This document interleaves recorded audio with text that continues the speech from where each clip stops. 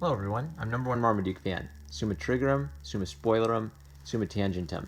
This is one of the comics I got for free at Graham Crackers, and I dug it. This was kind of a surprise one for me because, I picked it up. This was really damaged. I was maybe expecting some. I don't know what I was expecting from X Factor. I've always been interested in X-Men, but never read much X Factor, so I was kind of semi-interested in them because I'm more interested in the X-related part of the Marvel universe, mutant stuff, than I am in things like the cosmic side of the Marvel universe or the magical Ghost Rider, Doctor Strange part of the Marvel universe. Marvel did a Marvel True Believers, which is their series of $1 comics trying to get people hooked on series for an earlier issue of X Factor. It wasn't X Factor #1, but it was when they introduced this team. So we've got Lorna, Forge, Alex Summers, Rain, Multiple Man, and this big ugly guy whose name I haven't learned yet. Rain is the same character from that New Mutants #1 that they did as a True Believer as well, and the #1 Marvel True Believers of New Mutants was one of my favorite comics that I read all year. It had a lot of heart, had a lot of heroism to the characters, a real focus on each of the characters' different personalities and their team building. So I enjoyed this one as well for similar reasons. That everyone on the team, the emotions are exaggerated, but they're real human emotions and ideas. So I'm clicking enough with X Factor that I think I actually may go back and try to read some of these. And then one of the interesting things about this is not available digitally, and this has never been collected in a trade paperback, at least according to me Googling a bit of X Factor, trying to familiarize myself a little bit more with this series. One article I found on a website devoted to X Factor said that this has never been collected. So I think it's interesting to talk about. So it opens with this interesting all black shot with Lorna appearing out of darkness, and she's just escaped some muggers, and this does a great job of conveying what's going on to me. So through dialogue, I find out that Lorna has escaped these muggers. She's in a desperate situation, and then a cool opening shot where all the detail is shown in the cool opening shot, and then the artist can zoom in a bit and not show the same level of detail all the time. So this one concerns this new mutant called what's she called? But she's promising that the new humanity is coming. Haven. Her name is Haven. So she's promising essentially this religious safe haven for everyone, human and mutant alike. Like almost a quasi-religious golden age. And through her charisma, she kind of convinces Lorna to trust her. And it's 90s Marvel comic art, so a lot of very over the top, very exaggerated. A lot of these edgy panel borders, I think, probably influenced by Todd McFarlane, but pretty solid, solid and consistent quality throughout. I want to get the names of the writers and artists for this one. I found out in the letters column that these were guest artists, actually, and they'd recently had a shakeup on the staff. So Jan Dersema, guest penciler, and Al Milgram, inker. Never heard of them, but I thought this was a pretty strong little issue. After Haven gives Lorna her spiel, we find out that everybody essentially has been sent a book, and it fills me in on some of the past fights and the arguments between members of the group. I don't really like this guy. His name is Random, and the whole thing about him, I guess, is he's supposed to be this sort of disgusting pig who can morph his arm into some kind of gun that's... Yeah, I never liked this aspect of 90s superhero design where everything's pouchy and everything's over the top, but whatever. He doesn't show up that much. The Bullpen Bulletins, there were a couple interesting little stories. They highlighted a few of the other... so I don't really get this. Maybe someone who's an old Marvel buff, let me know. Did everyone they talked about in Bullpen Bulletins have something to do with Marvel? Because they talk about Barbara Slate doing some kind of comic for Barbie Fashion and her sort of slice of life comic strip. So was Barbie Fashion like some girls magazine affiliated with Marvel Comics, or would they just give you the skinny on what was up in the magazine and comic publishing world? And then they set up an event that's coming, and we'll actually talk about more of this later because they have a really cool ad for it with a lot of really cool art in this issue. So after they set up these characters, I thought this moment was worth paying attention to. This character is called the Multiple Man, and he can make copies of himself. And they're doing a bit where he's sick or he's falling apart mentally, and this is starting to reflect in his copies. His copies are starting to represent different part of his psyches, and they're arguing. So it's not like this represents some moral message that they're trying to reinforce and bring home. I got to give that context because I think this moment is really significant and interesting. It shows a lot about how Marvel thought about heroism for these characters. So one of Multiple Man's copies loves Haven's book and thinks it's just the best thing. He's ready to accept this whole new weird religion. That Charles Xavier kind of communicates to us that Haven's writing is sort of a mix of interesting ideas about the humans and mutants becoming one with sort of quasi New Age religion. So that this copy of Multiple Man is down for it, and this copy of Multiple Man is a bit more of a skeptic and is questioning it. And I want to just read this dialogue to you. So after this Multiple Man says that, this is a bunch of drivel, essentially. Lorna, I certainly hope you didn't buy into this line of bull. More than any of us, you know what it's like to be victimized, and that's what people like this Haven do. They go after the weak ones, the desperate ones, the dysfunctional and abused ones, fill their heads with metaphysical claptrap, and then empty their pockets and control their lives. And then he starts arguing with himself, essentially. So what was interesting about this to me is even though they're doing a bit where Multiple Man is copying himself, and these are different sides of his personality arguing with each other, it's shown later that he's in a very unhealthy mental state, and that's even hinted at the cover. See, so there's the real Multiple Man, and there's all his copies sort of ganging up on Lorna, representing essentially having a mental breakdown and not being able to cope with his emotions in a fantasy format. The fantasy element reflects something in real life. But what was interesting to me about this whole exchange was here is Multiple Man essentially arguing that mutants shouldn't see themselves as merely victims or merely an oppressed class, that a group of people, like a religious cult leader, will use feelings of oppression or victimhood to feed you a line of BS and indoctrinate you into a new religion where then the cult controls your lives. So that knocked my socks off a little bit because one of the big debates about the X-Men characters that you'll often hear come up is people will say, oh, the X-Men have always been literally social justice warriors. They've always been a metaphor for anti-racism and anti-homophobia.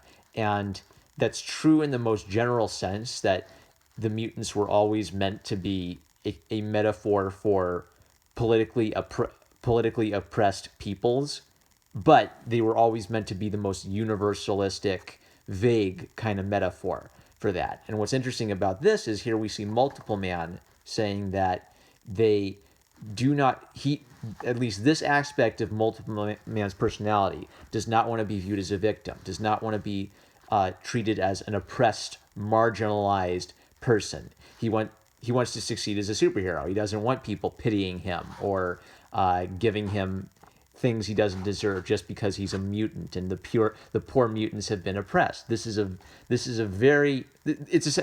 point I'm making is essentially an anti-SJW view of treating minority groups. Don't treat them like they're the downtrodden little oppressed people who deserve to be condescended to. Treat them like human beings.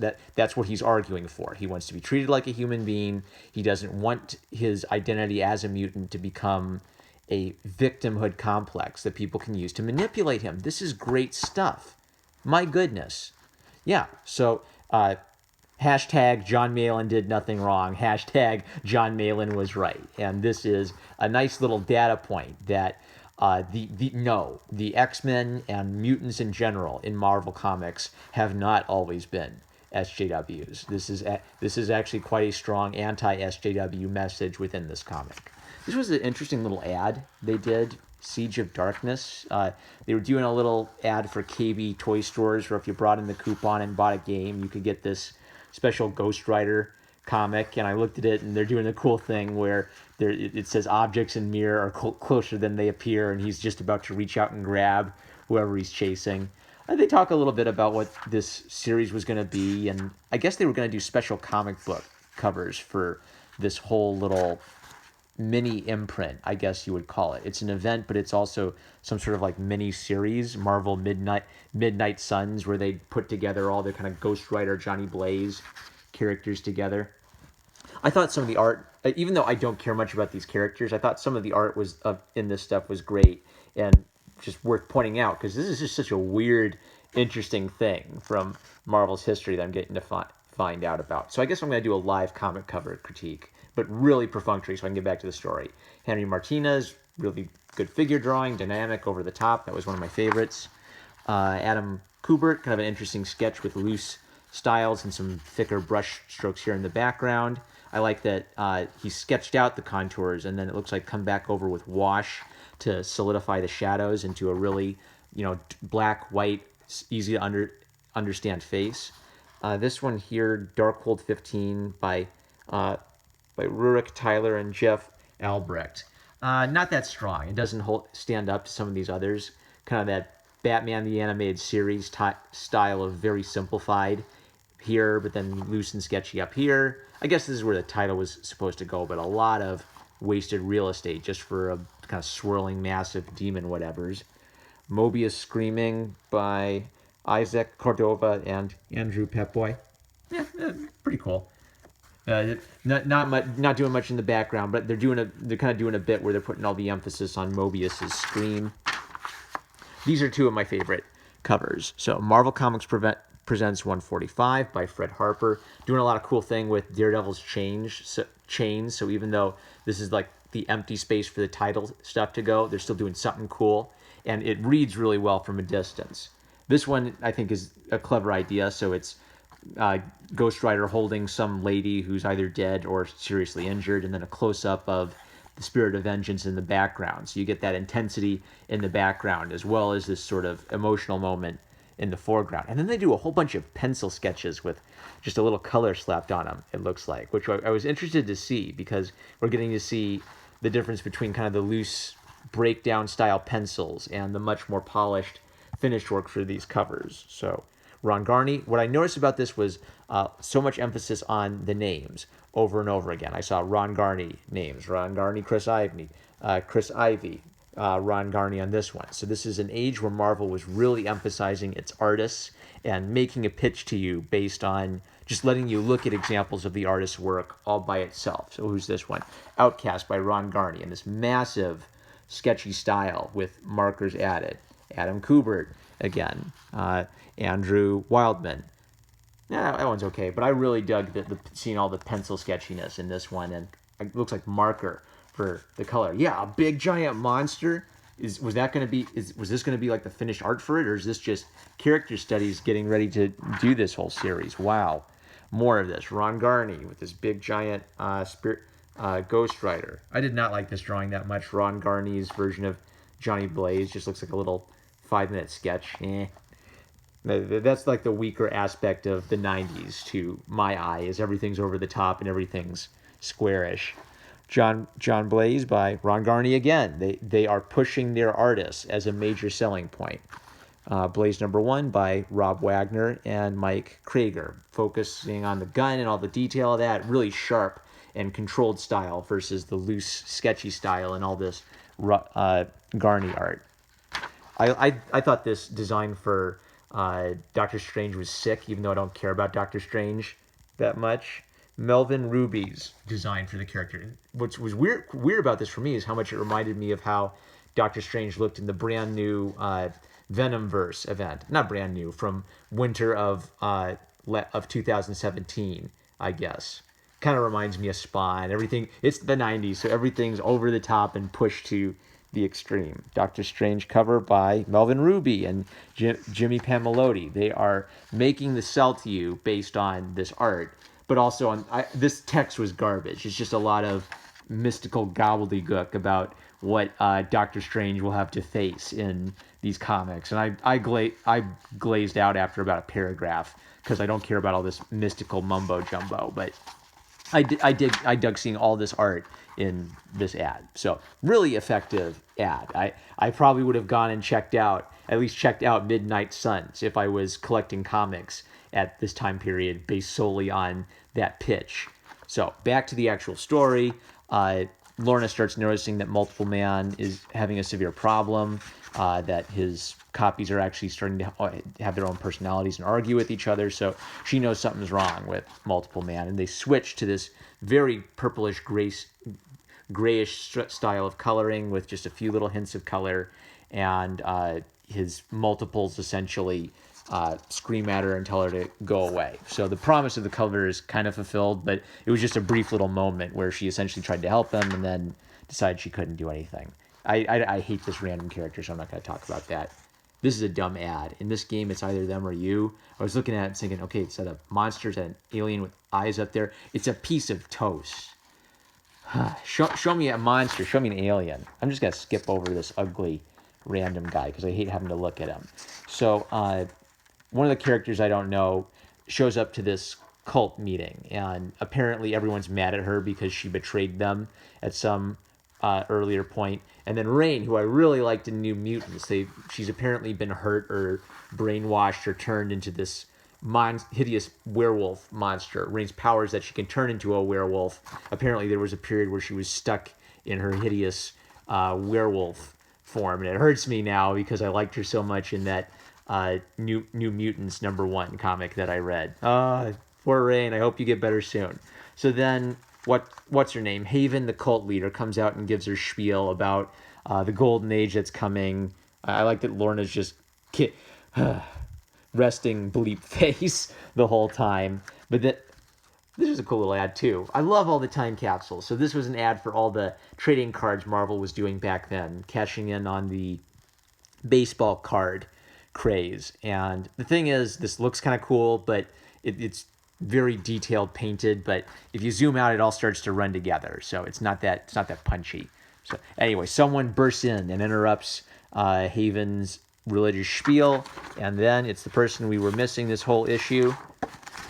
Alex Summers, aka Havoc, has shown up with Forge to crash the party and arrest Haven. So the letters column, just more examples of professionals being professional.